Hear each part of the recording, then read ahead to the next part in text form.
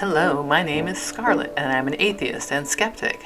I like to contemplate matters of life and philosophy, especially what gives us meaning and purpose. There's a question that I see bouncing around different forums and comment sections, which is, why do atheists spend so much time on Christianity? Why don't atheists pick on other religions? That's the question we're going to contemplate today. Why do atheists focus on Christianity?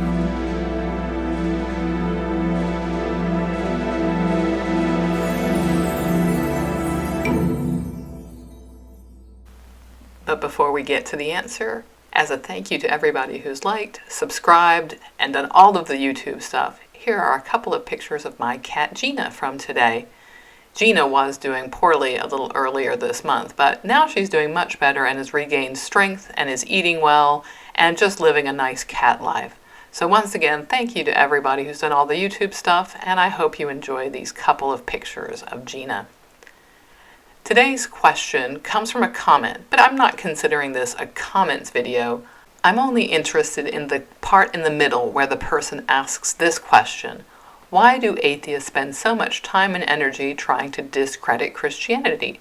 Like, I don't spend tons of effort trying to convince flat earthers that the planet isn't flat. I just laugh and move on with my life. Also, why do non-believers give all other religions a pass, but not Christianity? That tells me something there. I have seen variations on this question a lot to me and other atheists. When I was active on an atheist forum several years back, it seemed like a Christian would pop in to pose some variation on the idea of focusing on Christianity or picking on Christians and not delving into critiques of other religions. Those people often didn't stick around for the answer. And they often implied something, like David Glenn did, saying, that tells me something there, or there must be something to why you're picking on Christianity. Well, what does it tell you? I would be curious what David Glenn was implying by that comment. But anyway, here is the answer. The first thing I would like to say is I would actually like to live in a world where I didn't concern myself with religious people at all. I spent most of my life doing that. If you listen to my deconversion story, you will see that I drifted away from religion because it stopped making sense. And if there is a God who calls people back, who gives people revelations, none did that for me. What made me decide to call myself an atheist was a situation where atheists were denied something that Christians had. And then a city council decided no one could put up any symbol because they didn't want to share a public space with atheists. That was like 15 years ago. Funny that I still see stories like that this year too. You might have seen the Tuscumbia, Alabama reaction to someone wanting a permit for a Yule celebration.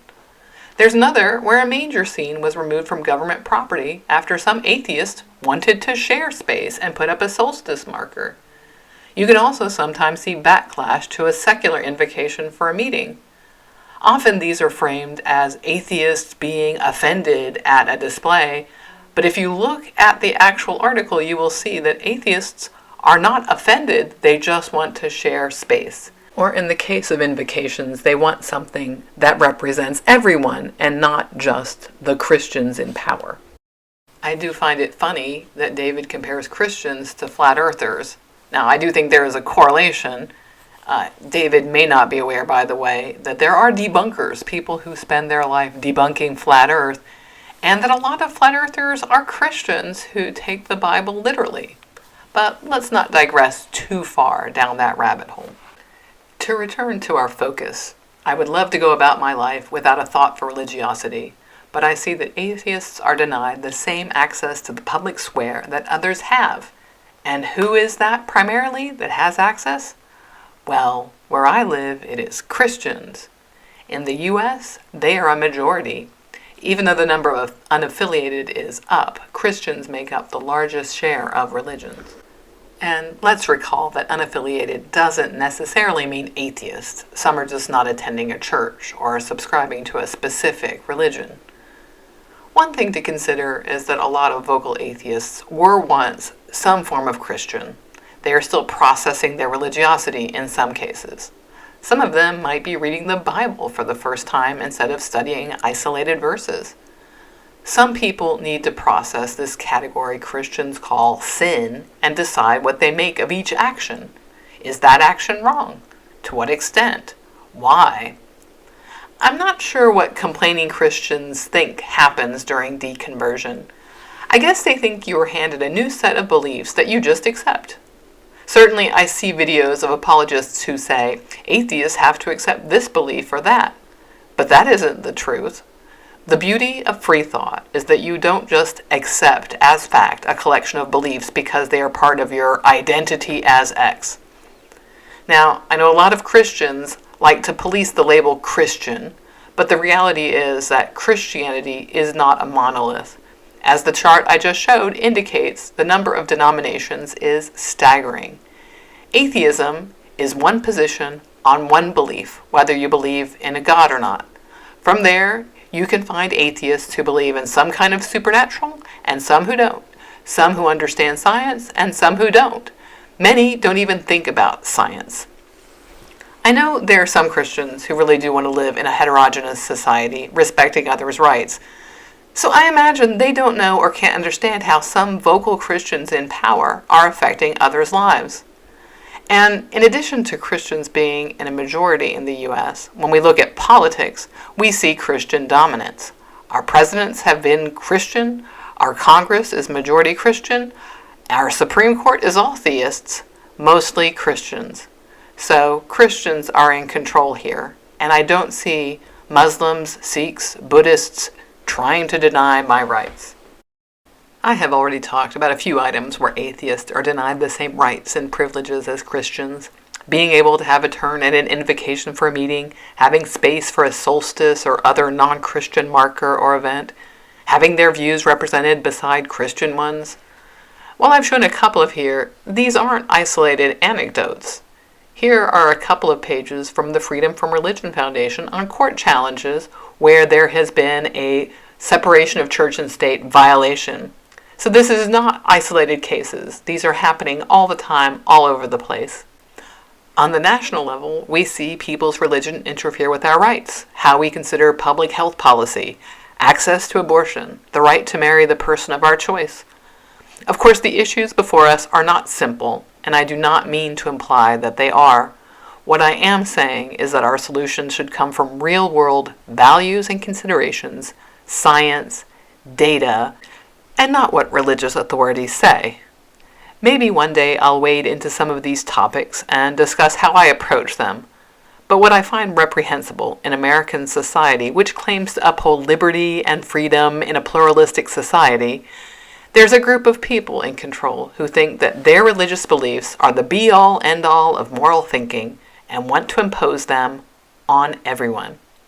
For example, the person who says they claim life begins at conception, by which they mean an individual with a soul is conceived when sperm and egg meet, and therefore that clump of cells has the same value of life as the human being whose body will be impacted by it.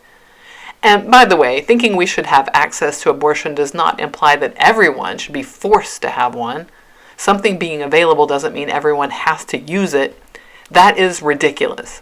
But if your personal morality says abortion is wrong, then you can still act on your personal belief. The person who thinks abortion is not wrong still has access. Well, enough about that. I think I've made my point here. Let's look at a couple of other things that show how religiosity impacts the public discourse in the United States. This is from Right Wing Watch this week. The first topic, Dalton Clodfelter declares that the phrase happy holidays is satanic Jewish bullshit. Yeah, right. Let's skip to number 3. David Lane celebrates that 3 of the 13 elected to the NC State House on November 8th are pastors. 3 pastors in Iowa were elected to the legislature on election day as well. If we are to make it through, every church in America should have a pastor, elder, deacon, or congregant running for office in 2023, 2024, 2025, 2026, and thereafter. Now, you may be wondering, shouldn't they have the freedom to do that? And sure, they should. It's just that the implication here is that religion and politics should be entwined. There should be some overlap. And it really shouldn't matter. This shouldn't be a matter of having pastors in power for the sake of having pastors in power. We should be considering people that have something to offer be in power, not the religiosity. Let's move on. Number 4, Republican Representative-elect Anna Paulina Luna claims that George Washington was visited by an angel who revealed the future and warned him of communism. Yeah, right.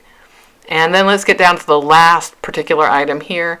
Jim Baker asserts that this global warming business is anti-God and claims that God told him that a lot of people are not going to accept the signs of the second coming and that the rapture is near because they're going to call it global warming problems. So now we can't do anything about global warming because it's anti-God. We're not looking at the problem on the ground. We're thinking of this only in terms of religious authority. And I could go on and on all day long. I could make a whole video that lasts hours and hours of the ways religion and government are enmeshed here, just in the United States and not in other places, where we're not considering what is actually good for people or what is good for the situation, or we're able to consider the situation. Our religion is so enmeshed in it. And some Christians would say, well, the important thing to keep in mind is where we're going to be when we die. Are we going to go to heaven or hell? And since I don't believe in either of those places, I want to consider what is good for us, for human beings on this earth right now. Now, I think I've made my point on this. Let's move on to the last thing I want to say of why I focus on Christianity, and it is how do Christians depict atheists and how that impacts us. So let's take a look at that. Ted Cruz, atheists shouldn't be president. Now, this is from 2015, but it reflects the view of a lot of Americans, like this Gallup survey from 2019. It found that less than 2/3 of voters would be willing to back an otherwise qualified atheist for high office.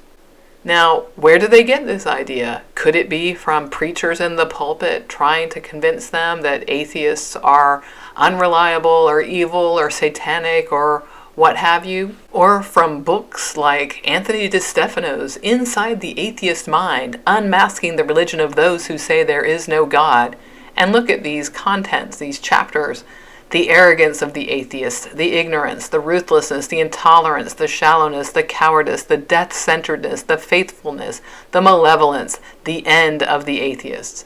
And I can tell you, having looked a little bit at this book and seen this guy interviewed, that I don't think he really consulted atheists. I think he looked at some straw man versions, some caricatures of Sam Harris and Richard Dawkins, and threw this book together to puff himself up and all believers up. So I show this so that you can see that there's a reason why atheists might be a little outspoken, and in this environment, they might aim a little of that ire at Christians who have all the power and who are denying them space and saying that we are all evil. As I wind this down, I want to say that I do see atheist content aimed at other religions, notably Islam. There are proofs of Allah and questions for atheist videos from Muslim channels out on YouTube, and I see atheist responses to them. I also see atheist content about New Age and woo beliefs. But the reality is, for most of us in the English-speaking world, those people don't impact us the way Christians do. If atheists focus on Christianity, it is because it is what dominates our world. We want to be able to live by our values as well, and we want to find solutions to problems. Christians might have some warm and fuzzy idea about their faith. They are just living their lives and creating only good in the world. They might not, in fact, have any idea that they or their fellow believers are impacting others. But they are. I have been Scarlett, giving my life meaning and purpose by making this video. If you liked it, you can, YouTube like it and subscribe and comment and do all of the YouTube stuff. You know what to do. You're on YouTube. See you in the next one. Bye for now.